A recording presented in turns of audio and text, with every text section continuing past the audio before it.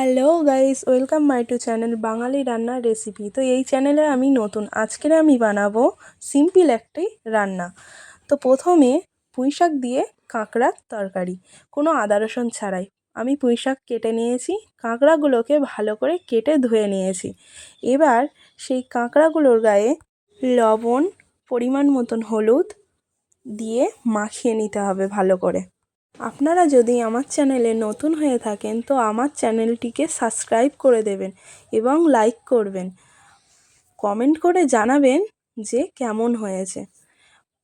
তো আমি লবণ দিচ্ছি, এবার পরিমাণ মতন হলুদ দিতে হবে, দিয়ে ভালো করে মিক্সড করে নিতে হবে।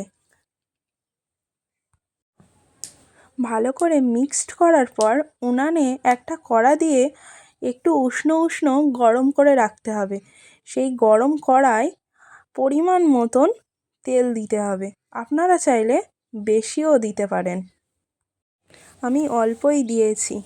তো এবার কড়াটা যখন উষ্ণ উষ্ণ গরম হয়ে আসবে তখন কাঁকড়াগুলোকে দিয়ে দিতে হবে। দেখুন কড়াটা গরম হয়ে এসছে, এবার আমি কাঁকড়াগুলোকে দিয়ে দিলাম।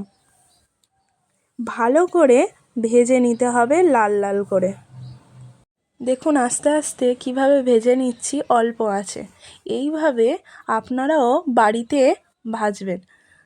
তো আমার ভাজা প্রায় হয়ে এসছে, দেখুন কালারটা কত সুন্দর এসছে। এবার আমি কাঁকড়াগুলোকে একটি পাত্রে তুলে নেব। তোলা হয়ে গেলে আমি ওই একই কড়াতে সামান্য তেল দেব, আপনারা চাইলে বেশিও দিতে পারেন। কেটে রাখা পেঁয়াজ কুচি, পরিমাণ মতন লঙ্কা কুচি, আপনারা চাইলে বেশিও দিতে পারেন। কিছুক্ষণ ভেজে নেওয়ার পর আমি পুঁইশাকগুলো দিয়ে দিলাম, কিছুক্ষণ কষিয়ে নিতে হবে। কষিয়ে নেওয়ার পর লবণ, একটু হলুদ দিয়ে দিলাম। এরপর আরও 5 মিনিট বা 10 মিনিট ভালো করে কষিয়ে নিতে হবে। যত কষাবেন তত তরকারির স্বাদ আসবে। কিছুক্ষণ কষানোর পর আমি কাঁকড়াগুলোকে দিয়ে দেব। তো আমি কাঁকড়াগুলোকে দিয়ে দিলাম, আবার কিছুক্ষণ কষিয়ে নিতে হবে। দেখুন আস্তে আস্তে কত সুন্দর কষানো হয়ে গেল। এবার কিছুক্ষণ পরে অল্প পরিমাণ জল দিতে হবে, দেখুন কালারগুলো কত সুন্দর এসছে। এবার আমি কিছুটা পরিমাণ জল দেব, না হলে পুঁইশাকগুলো ভালো করে সিদ্ধ হবে না। আমি কিছুটা জল দিয়েছি, দিয়ে একটি পাত্র নিয়ে সেটাকে ঢাকা দিয়ে দেব। তরকারিটা ফুটিয়ে ওঠার পর একটু আমি আলুটা দেখে নেব সিদ্ধ হয়েছে কিনা। দেখুন কত ভালো করে সিদ্ধ হয়ে গিয়েছে। এবার আমি বেটে রাখা জিরে মরিচ দিয়ে দেব।